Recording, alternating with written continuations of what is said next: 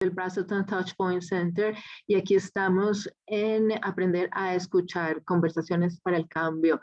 Para saber más del Brazelton Touchpoint Center y de la serie Aprendiendo a Escuchar, visiten la página web brazeltontouchpoints.org y hagan clic en la pestaña Offerings o Webinar. Hoy vamos a escuchar a la profesora Loretta J. Ross y vamos a aprender cómo escucha ella y cómo acerca a personas que incluso piensen de manera diferente. Estamos muy complacidos de tenerla hoy aquí y más adelante verán ustedes por qué. Primero que todo, hablemos un poco de nuestra sesión de hoy. Más de 2.500 personas de alrededor del país y del mundo se registraron para el seminario de hoy. Me encantaría saber cuáles son sus nombres y de dónde vienen, desde Alaska hasta Florida y el resto del mundo. Díganos, por favor, de dónde vienen a través del chat. Si tienen problemas con la plataforma de Zoom, también pueden ver este seminario en Facebook. Entren a la página de Facebook del Brazelton Touchpoint Center y allí encontrarán el video anclado a la parte superior. Hoy nuevamente nuestra gran traductora María José Gutiérrez desde Bogotá, Colombia, hará la traducción simultánea al español. Muchísimas gracias, María José. Para tener acceso a la traducción, por favor hagan clic en el icono Interpretación dentro de los controles de Zoom que deben encontrar en la parte inferior de su pantalla, luego elijan Español.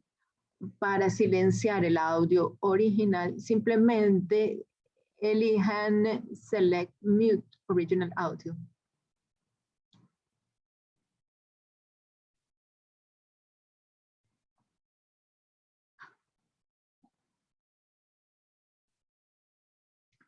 Y si tienen algún comentario o pregunta, por favor utilicen la opción Q&A y haremos unas pausas para ver qué están ustedes pensando. Y si tienen problemas técnicos, por favor utilicen el chat y haremos todo lo posible por solucionar el inconveniente. Y recuerden que si requieren el certificado de asistencia, por favor asegúrense de diligenciar la encuesta de retroalimentación. Al final del seminario recibirán ustedes un correo electrónico que les llegará mañana y les dará acceso a la grabación del seminario y les dará la posibilidad de recibir la grabación y el certificado de asistencia. También queremos darle las gracias a nuestro patrocinador, la Fundación Burke, y al equipo de producción, Nina Supalova, Ashley Gladys, Michael Accardi y Susan Kasek. Ahora voy a presentarles a nuestra invitada de hoy, Loretta Ross, que es profesora del programa de los estudios para mujeres y género de Smith College. Ella enseña cursos de supremacía blanca, los derechos humanos y la cultura del calling in, calling out. Ella co-creó la teoría de justicia reproductiva en 1994 y ha dedicado gran parte de su carrera a obtener justicia en términos de salud y salud reproductiva para las mujeres de color. Ella ha sido directora ejecutiva del Rape Crisis Center, del programa nacional del proyecto de la salud de la mujer de color y coordinadora de Sisters on Women of Color y también codirectora de las vidas de las mujeres de marzo. Y también ha sido activista e intelectual y ha escrito 3 libros, uno que se llama Derechos sin dividir, la mujer de color se organiza para obtener justicia reproductiva, la justicia reproductiva una introducción y para el año entrante lanzará un nuevo libro y nos hablará de él un poco. Y se llama La cultura Calling In y Calling Out. Esperamos que lo lancen en 2022. Profesora Ross, creo que me dijiste que puedo llamarte Loretta y me puedes llamar Josh. Muchísimas gracias por estar aquí. Nos sentimos muy afortunados de tenerte con nosotros hoy. Muchas de las cosas de su trabajo, al leerla, vemos que muy generosamente compartes las reflexiones de lo que te ha enseñado a ti misma en la vida. Entonces podemos también escuchar tu historia y tu porqué. Bueno, muchísimas gracias por la invitación. No tengo problema en contar mi historia porque informa y es parte de lo que sé hoy en día. Obviamente las experiencias que tenemos son la escuela preparatoria y también nos puede dar una oportunidad de desarrollar sabiduría y espero haber logrado algo de sabiduría.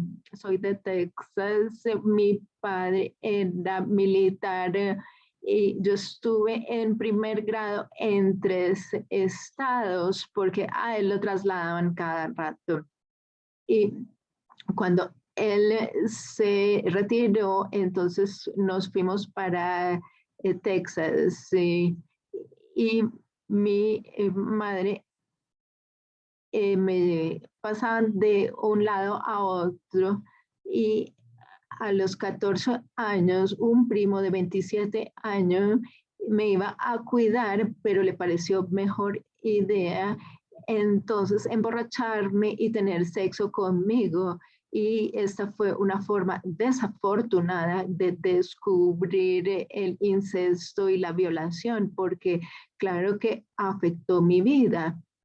Esto fue en las 60 y como resultado de este incesto, terminé embarazada y el aborto no fue una opción. Y en ese momento tenía que decidir si me iba a quedar con el bebé o no.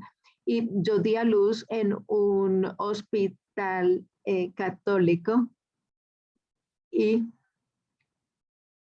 acordamos con mis padres que esta no es la forma de convertirse uno en madre en estas condiciones, pero como era un hospital católico, me presentaron a mi hijo cuando nació y cuando me lo dieron en mis brazos, yo dije, tiene mi cara, ay, tiene mi cara, se parece a mí.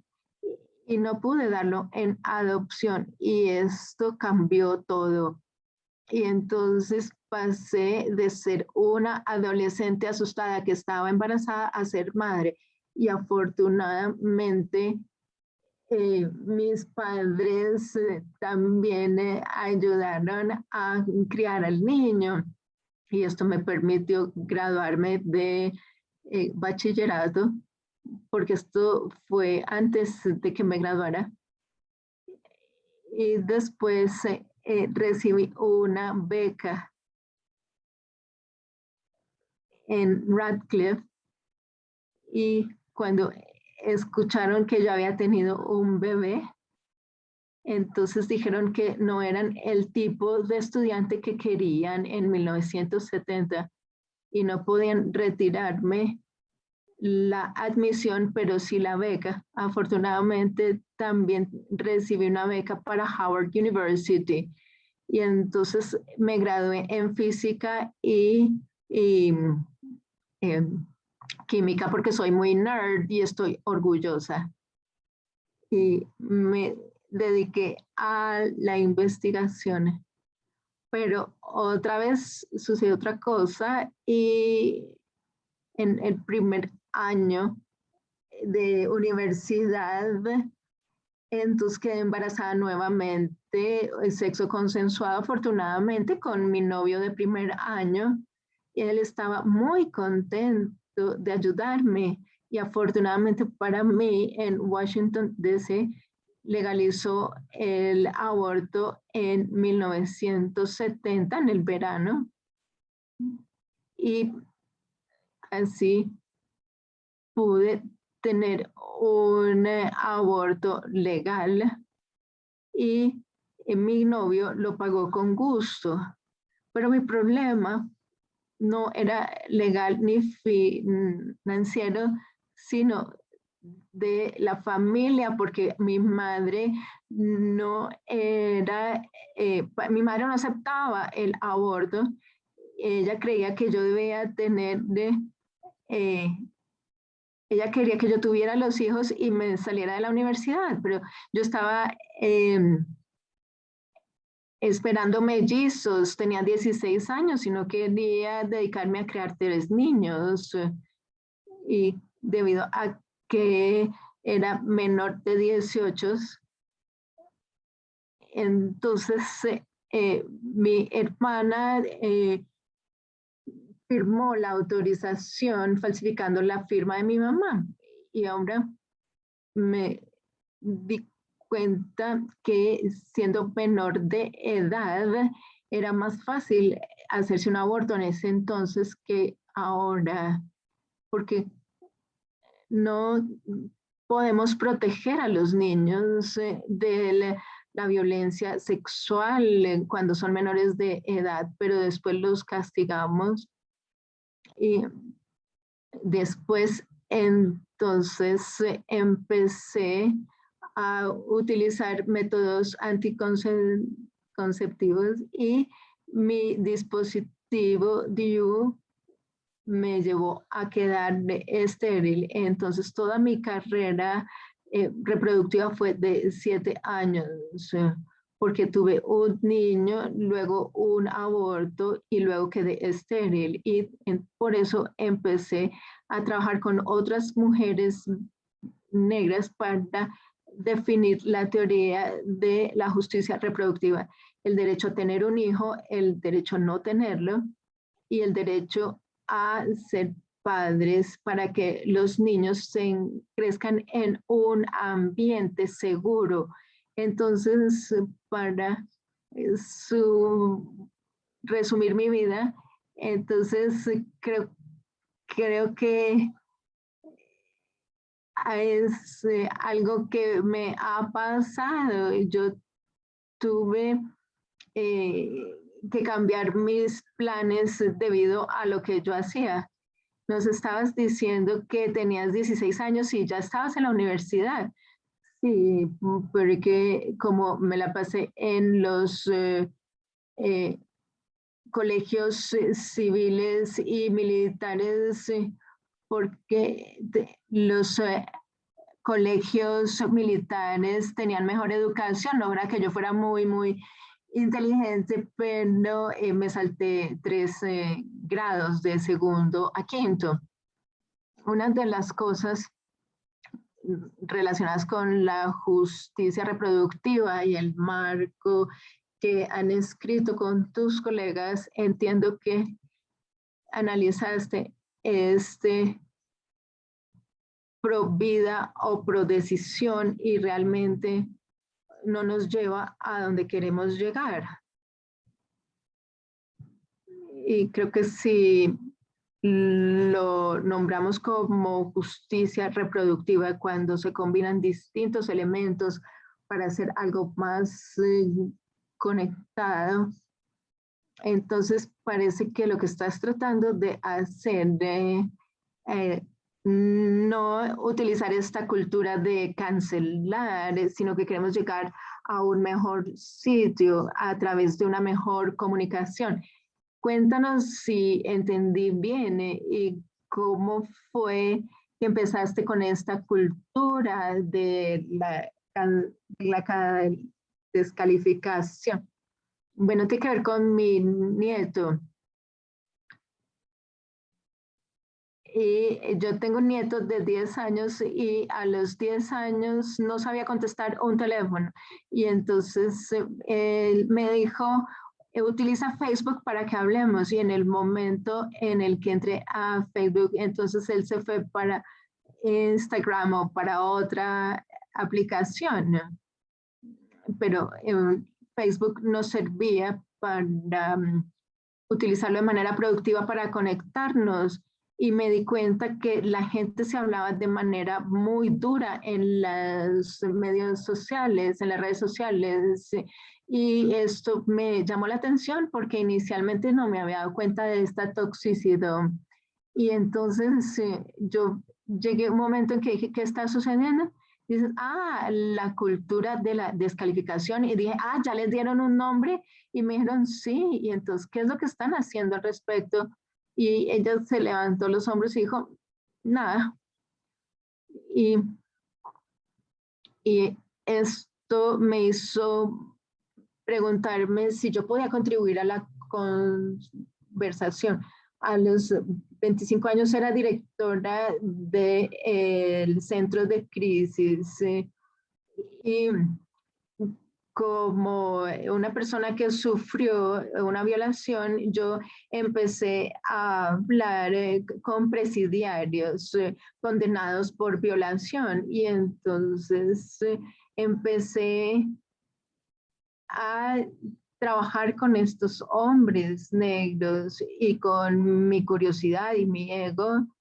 Entonces estuve pensando si podía tener una conversación con estos hombres negros y probablemente se rieron de mi ingenuidad, pero al mismo tiempo aprendí de mí misma que yo tenía la capacidad de tener conversaciones difíciles con personas que no prometían mucho y personas poco probables con quien uno estuviera hablando.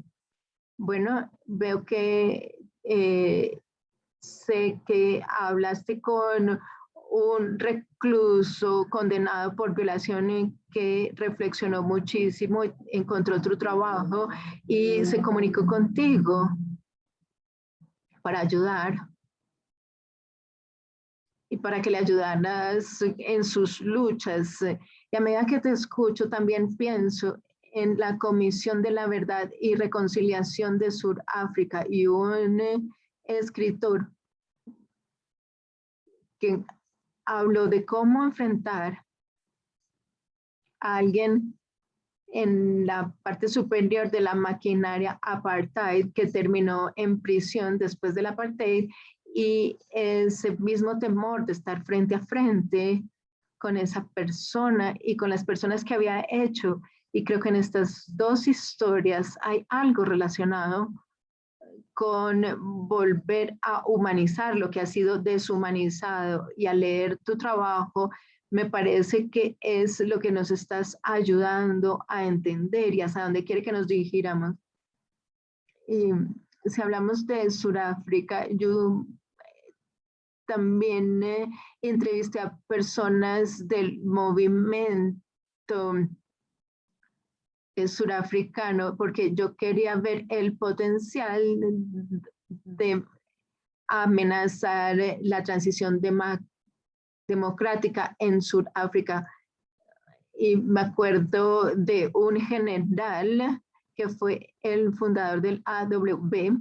Y sí, yo he tenido muchas conversaciones poco probables con una gran cantidad de personas alrededor del mundo en mi vida. Y hay algo que hay que tener en cuenta. Primero que todas las personas que han sufrido gran injusticia no esperan ser escuchadas. Y esto me di cuenta cuando estaba trabajando con los encarcelados. Mujeres aquí adentro, violó hombres y eso me golpeó muy duro. Y al escucharlos yo ya no podía deshumanizarlos. Lo mismo cuando yo estaba en el movimiento fascista, porque una vez vemos al otro como un ser humano ya no podemos odiarlos porque los seres humanos casi todos queremos hacer lo mismo, contribuir a la sociedad, no importa la afiliación política, queremos tener una familia. Hay muy pocos sociópatas y psicópatas allá afuera. Y si vemos cuáles pueden ser las reacciones a la identidad y a las creencias políticas y las dejamos de lado y ponemos atención a la parte humana que todos tenemos, entonces puedes tener unas maravillosas conversaciones con la gente que no pensaste posibles. Cuéntanos cómo haces eso de call in y call out. Bueno, todos sabemos que es call out, que es descalificar, humillar a las personas en público por algo que hicieron mal y esperas responsabilizarlos, mientras que call in es simplemente de hacerlos responsables, pero en lugar de invitarlos a pelear, los invitamos a conversar. Entonces, el call in puede ser, sabes, tienes una perspectiva interesante, dime un poco más.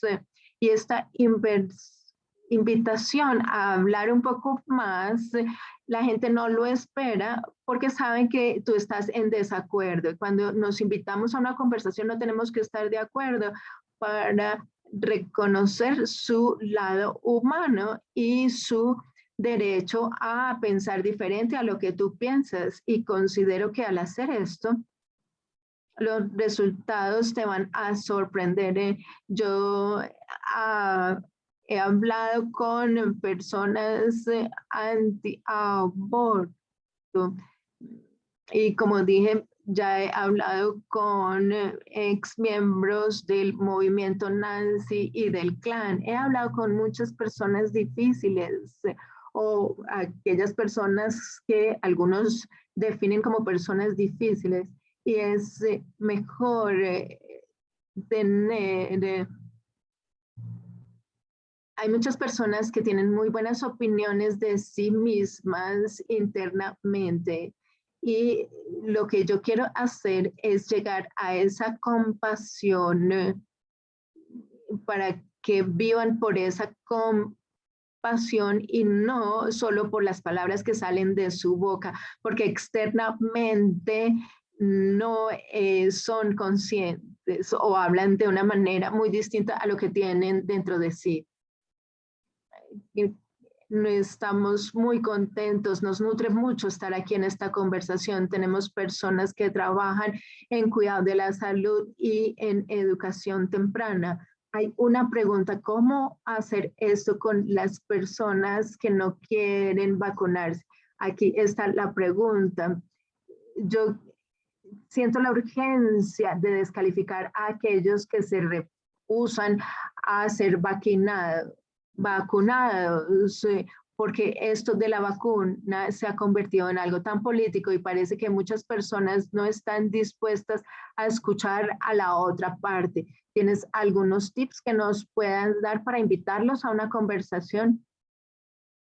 Yo no he hablado con personas antivacuna, afortunadamente no están por aquí, porque soy una adulta mayor y entonces estoy rodeada de personas en edad geriátrica que salieron corriendo a vacunarse.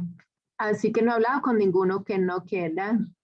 Y obviamente yo permanezco con mi tapabocas, entonces lo que yo haría sería preguntarles a ellos quién les importa y que cómo quieren que los vean esas personas que a ellos les importan, que será que se quieren ver como unas personas que están cuidando a aquellos que les importan sin saber si tienen eso o no, sin saber cuál va a ser el resultado o si es más importante el riesgo. Cada quien decide cómo aparece uno en la vida de aquellas personas que lo aman y que uno ama. Esta sería una forma de comenzar la conversación.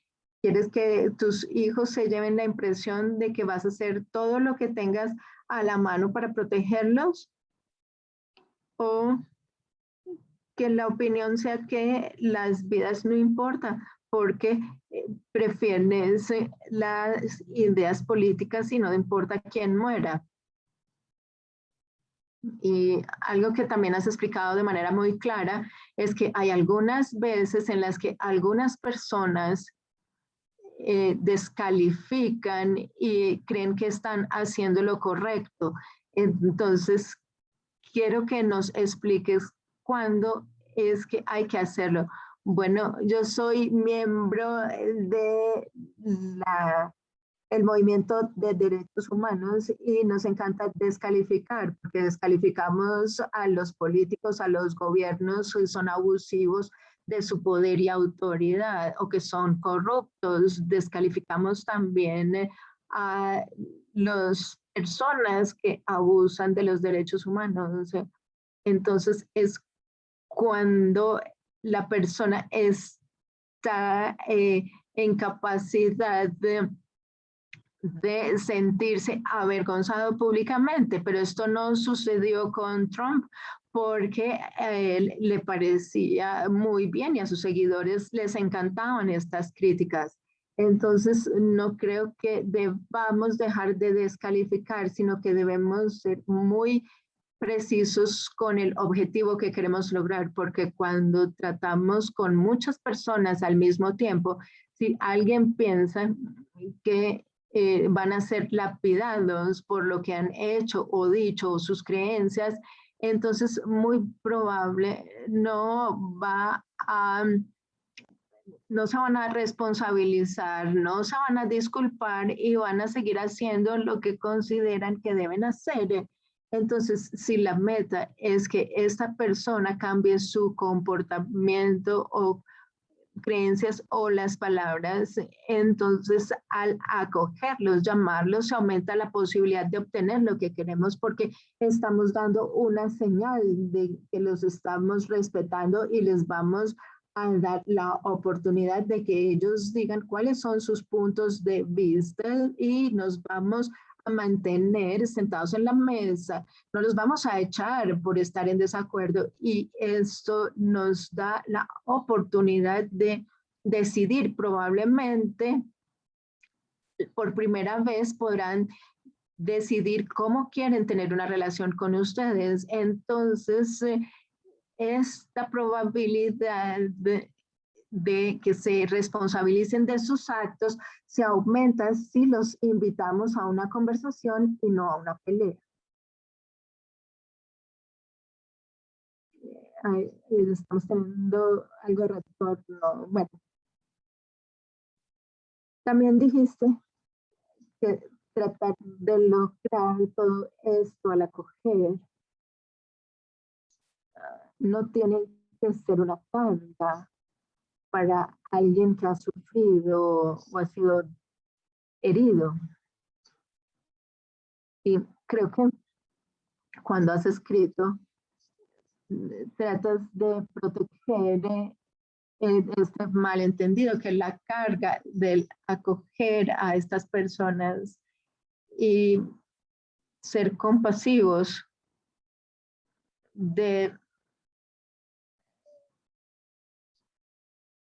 entonces lo que se trata es buscar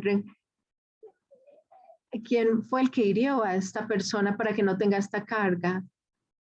Esto es difícil.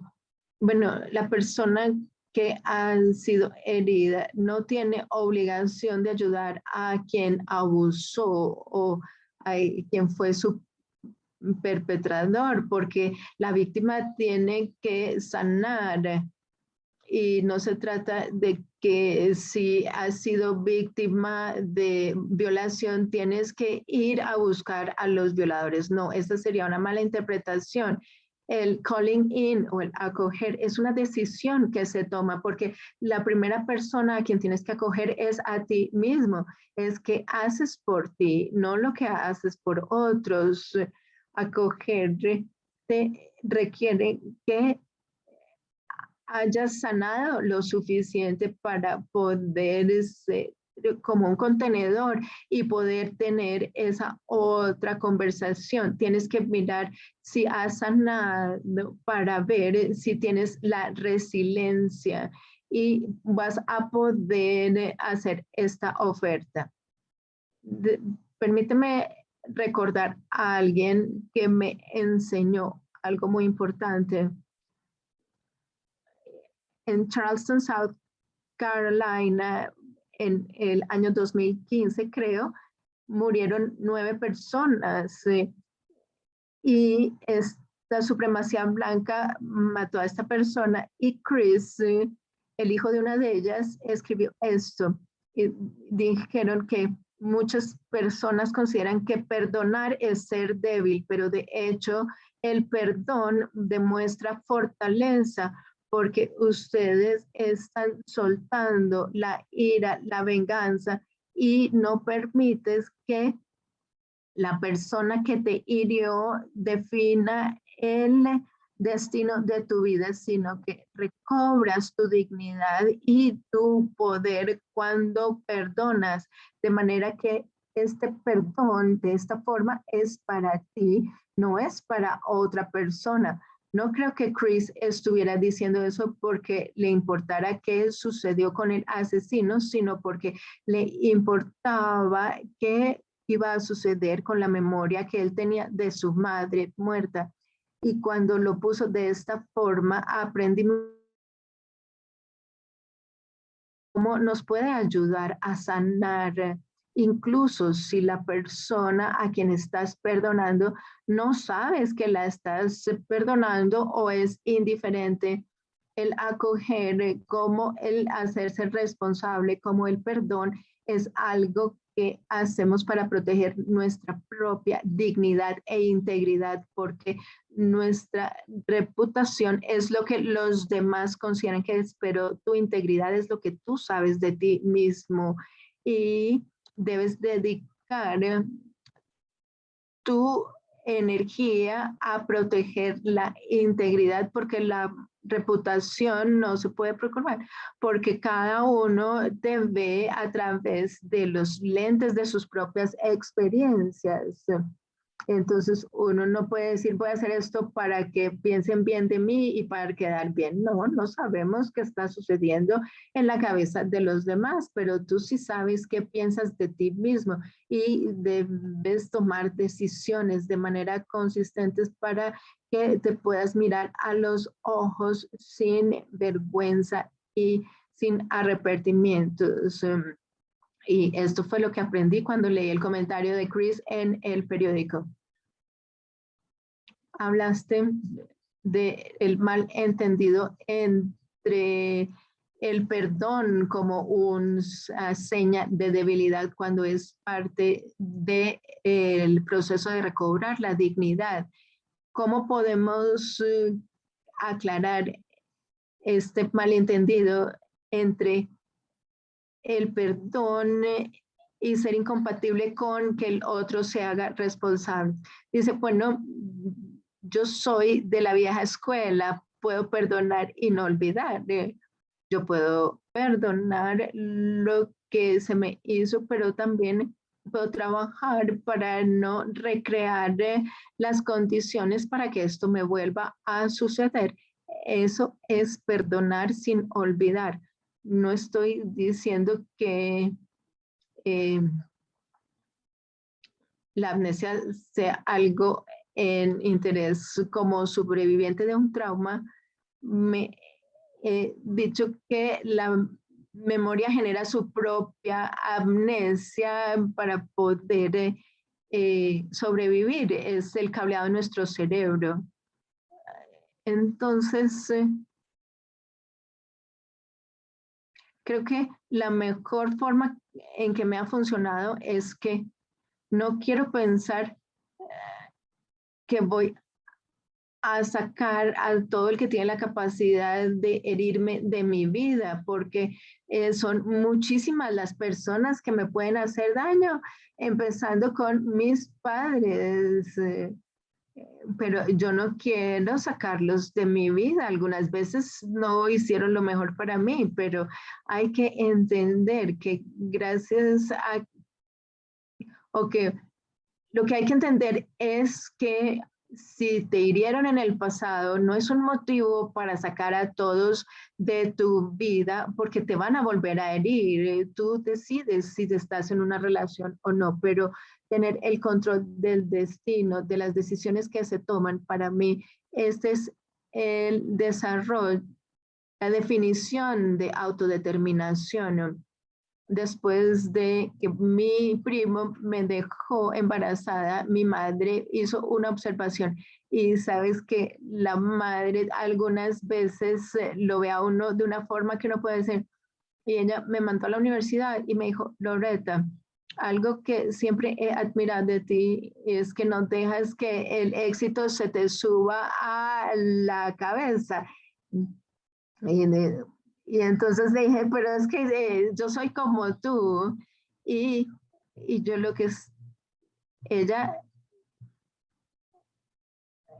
ella dijo, no dejas que el éxito se te suba a la cabeza, pero lo que quería decir la madre es que no dejas que el fracaso te llegue al corazón. Y ella tenía toda la razón. Y creo que es gracias a mis padres que tengo esta capacidad de decir, no voy a dejar que el fracaso entre a mi corazón. Y creo que esto tiene que ver con la forma en que ellos criaron a su octava hija, porque yo crecí en un hogar en el que si uno cometía un error, entonces uno sí lo han castigado y si te enseñaron a aprender de los errores, si te ofrecieron amor y apoyo en un error, entonces quedas predispuesto a ofrecer esto a otras personas. Entonces yo se lo atribuyo a mis padres porque ellos criaron a 8 hijos que cometimos grandes errores y al mismo tiempo ellos siguieron a nuestro lado y seguían creyendo en nuestros sueños y se sacrificaron para poder que fuéramos para que pudiéramos ir a la universidad, porque ellos nunca fueron a la universidad. Mi padre ni siquiera terminó el bachillerato. Entonces ellos le dedicaron mucho esfuerzo a que nosotros crearon. Y creo que fue una ventaja que eh, mi padre hubiera sido un sargento, pero nuestro padre nunca estuvo de acuerdo en golpearnos, pero él como sargento tenía que convertir a niños en hombres y esto lo puso en práctica en nuestro hogar, pero con cariño. Dijo, bueno, al vivir contigo este verano, dijo una persona con la que pasé un verano que había crecido, porque yo solamente le estaba diciendo que no le iba a decir sino una sola vez que tenía que sacar la basura y ella seguía con el teléfono y yo le decía, hola, ¿con qué frecuencia te dicen que tienes que sacar la basura? Y entonces dijo, y yo le dije, sabes que yo no soy tu madre, soy la arrendadora, entonces espero que saques la basura con una sola vez que te diga. Me encanta que compartas la sabiduría tuya y de tus padres. Tenemos una pregunta de cómo relacionar este proceso de acoger al trabajar con niños y familias. Este educador nos dice que tiene la curiosidad de cómo modelar esto para trabajar con los niños. Y la otra parte, cómo se pueden llamar a las familias que consideran que hablar de la identidad racial y de género no es adecuado para los niños más pequeños.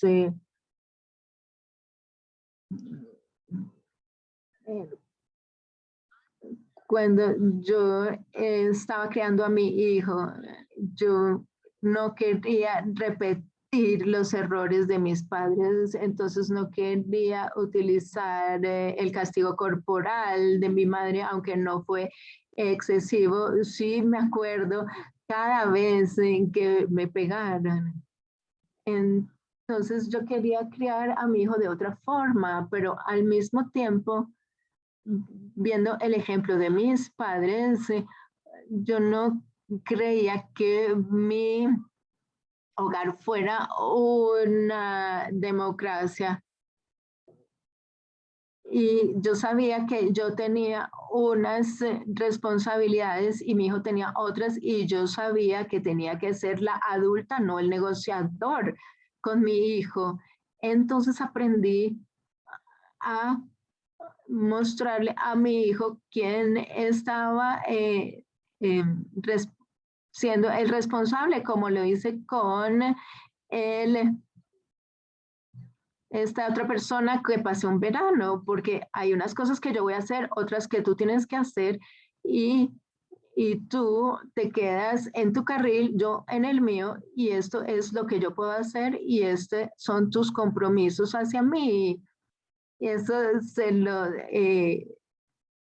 traslado a mis pequeños adultos.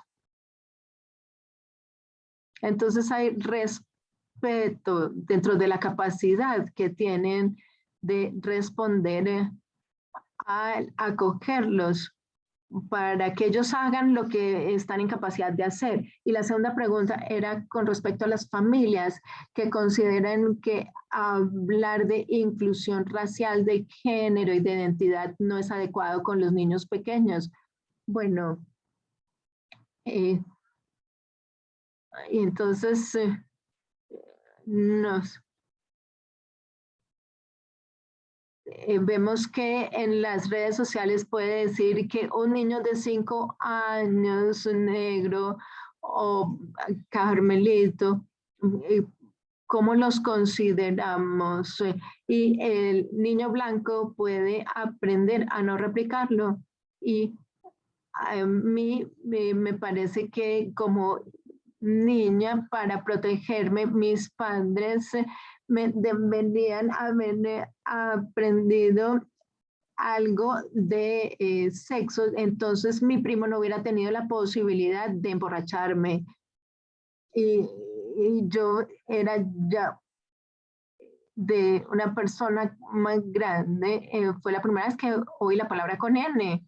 Y entonces el, los, los 50, la mayoría de los militares eran hombres, y entonces yo estaba rodeada de comunidades de niños blancos, y mi padre tenía un rango militar superior al de muchas familias, y entonces la primera vez que oí la palabra N era que estaba jugando con Debbie y estábamos jugando, y entonces yo le dije, y yo, ya me dijo, tú eres una N, y yo le contesté, tú también, y seguimos jugando porque así hacen los niños.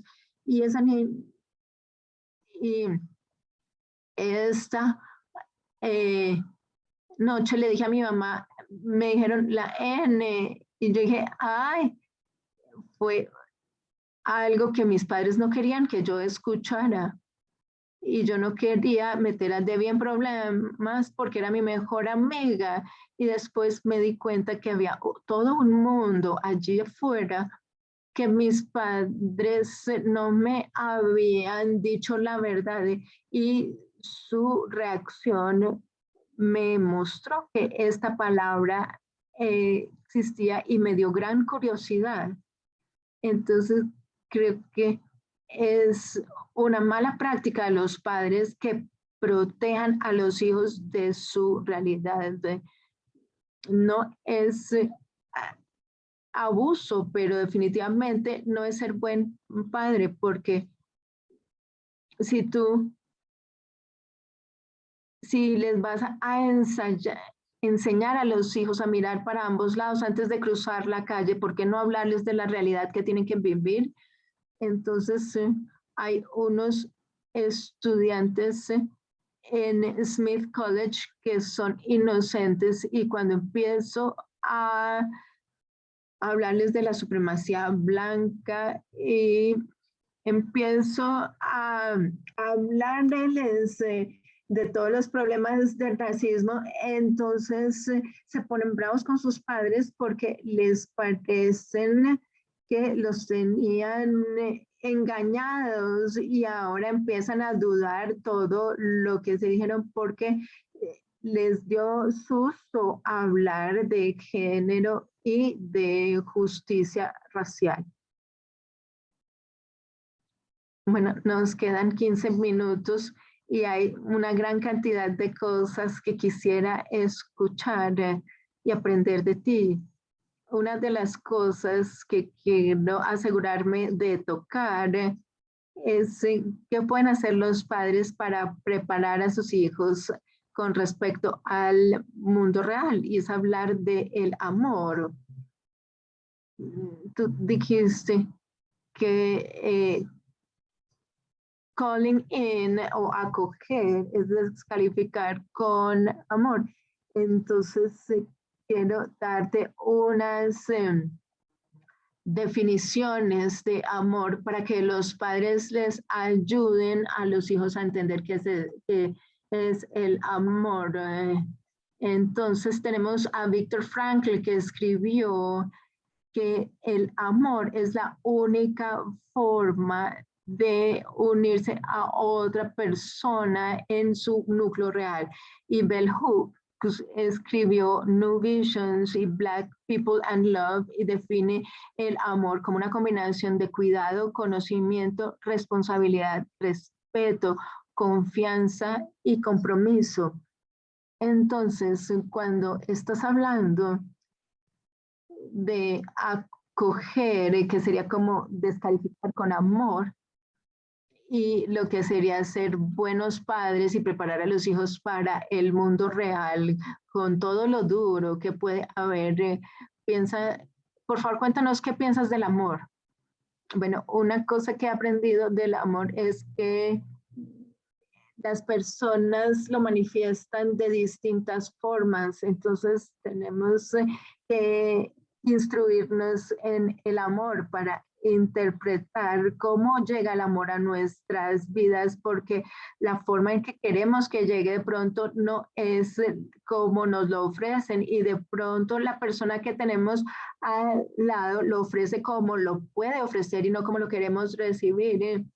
Entonces voy a hablar de instruirnos en el amor, porque mi padre era muy buen proveedor, pero no conocía el, uh, el amor. Y él sufrió 3 infartos y quedó y cuando yo me estaba despidiendo de él, cuando él se estaba en proceso de partir, él no conocía el lenguaje del amor, y lo que hizo fue darme un billete de $100 cuando yo ganaba 5 veces más que él, y él no pudo nunca pronunciar las palabras te quiero, pero yo sabía que él era muy buen proveedor, y así demostraba su amor. Y mi madre tuvo el trauma de haber sido abusada sexualmente, pero eh, ella no nos abrazaba, le costaba mucho trabajo, pero se lanzaría frente a un bus por protegernos. Entonces yo no puedo quedarme en que mi madre no me daba un abrazo. Cuando ella hizo su transición,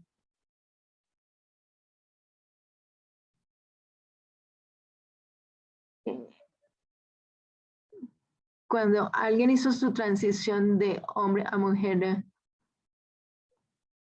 dijo que no entendía la transición de hombre a mujer, pero fue y le dio de regalo vestidos. Es muy importante aprender del amor para agradecerlo de las formas en cómo llega, sin tener falsas expectativas de que va a expresarse de una cierta forma con unos ciertos gestos que podemos tenerlos como fantasía, y tenemos que decir, necesito que me amen de esta forma porque nadie va a poder leer tu mente. Y una amiga me dijo esto, porque una vez estaba con problemas para pagar la hipoteca porque ya quedó paralítica de la cintura para abajo, y me dijo, bueno, yo puedo pagarte la hipoteca, y en ese momento tenía los ingresos, y 4 meses me dijo, hermana, ¿sabes qué día es? Sí, es junio. Digo, ¿qué fecha es? Y ahí me di cuenta que se me había olvidado su cumpleaños, y ella me dijo, después de 40 años, no espero que mi mejor amiga se le olvide mi cumpleaños. Y tuvimos toda una conversación con respecto a, yo ya te pagué 3 meses de la hipoteca y estaba expresando el amor como mi padre, y se me olvidó el cumpleaños, y tuvimos que negociar cómo nos íbamos a expresar el amor, pero nos queríamos suficiente como para tener esta conversación dura. Y adivina qué, nunca se me volvió a olvidar la fecha de el cumpleaños, porque sé que es de la forma que ella espera ser amada. Bueno, tengo que decirte que empezamos esta serie de aprender a escuchar para honrar a Barry Brazelton, que escuchaba a los niños antes de que pudieran expresarse con palabras. Y nos has enseñado hoy que necesitamos escuchar y saber cuáles son nuestros puntos de partida y nuestras expectativas o fantasías que podamos tener. Entonces, en estos últimos minutos, no sé cómo darte las gracias por todo lo que nos has dado en este corto tiempo, pero todos queremos saber qué podemos hacer para demostrar que realmente nos importa. ¿Cuál es la llamada a la acción? Mi llamada a la acción es hacer una evaluación. ¿Cuáles son aquellas conversaciones que habrías podido tener, las cosas que habrías podido hacer? Y pregúntate a ti mismo si puedes utilizar esta técnica de acoger para poder tener estas conversaciones, para que no te quedes con he debido, he podido o habría podido, sino realmente hacerlas. Y entonces, si reflexionamos en lo que habría podido hacer, es parte del proceso de sanación del que hablaste, como estar listo para hacerlo. Sí, claro. Yo eh, enseño esto en línea, pero ustedes pueden ser parte de me pueden decir, pueden hacer parte de mi lista de correos, porque en cada charla valen solamente $5. Entonces es una forma de aprender.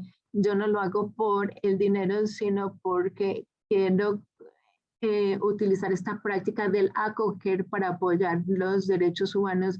Entonces, ustedes pueden hacer parte de nuestra lista de correos para saber cuándo es, y utilizaste la palabra movimiento de derechos humanos, y te he escuchado decir esto con respecto a qué es un movimiento y qué no es un movimiento. Y dice, sí, ese es mi cliché favorito que me inventé yo misma. Eh, con frecuencia le digo a la gente que cuando muchas personas se mueven en la misma dirección, pero piensan algo diferente, eso es un movimiento, pero cuando muchas personas se mueven en la misma dirección y tienen un solo pensamiento, una sola forma de pensar, es un culto. Y no queremos un culto a los derechos humanos, sino un movimiento. Nuestra diversidad de opinión es nuestra fortaleza y no nuestra debilidad. Los cultos son débiles porque solamente piensan de una sola forma. Muchísimas gracias, Loretta. Muchísimas gracias, profesora Ross. Sé que muchos nos vamos a inscribir para tus clases y para construir este movimiento contigo. No puedo darte las gracias suficiente por la riqueza de lo que has compartido con nosotros en este tiempo tan corto. Y hay muchísimos comentarios pidiéndote más, así que esperamos que podamos volverte a tener con nosotros. Muchísimas gracias. Quiero asegurarme también de que sepas que estamos muy agradecidos y que resonamos muchísimo con lo que compartiste hoy con nosotros, con todas las personas que se conectaron. Así que regresaremos en nuestra serie final de Leyendo a Escuchar con mi amiga Hinimo Helter, que es psiquiatra de niños Maui, que nos va a hablar de la sabiduría Maui para criar niños y familias. Eso será el 8 de diciembre. Y en octubre, el 21 y el 28, vamos a seguir con nuestra serie de relaciones que responden a la cultura de las familias, y la semana siguiente, en octubre 25, vamos a tener un taller para tener conversaciones productivas con las familias con respecto a los niños, especialmente cuando hay diferencias de opinión con respecto al desarrollo del niño. Y luego en noviembre vamos a empezar nuestra serie de talleres de participación de las familias con base en las fortalezas. Esto es como llegar a un punto común. Y finalmente en enero, el 26, vamos a tener nuestra cumbre del desorden, del uso de sustancias para cambiar los modelos mentales y cambiar los paradigmas que excluyen a aquellas familias que han tenido que convivir con el abuso de sustancias, para poderlos apoyar en su proceso de sanación. Así que muchísimas gracias a todos por estar aquí con nosotros hoy. Gracias, Loretta, y esperamos volverlos a ver en algunos de nuestros talleres y en nuestra última sesión de Aprendiendo a Escuchar el 8 de diciembre con la doctora Maui. Muchísimas gracias, nos dice la doctora Loretta, por haberle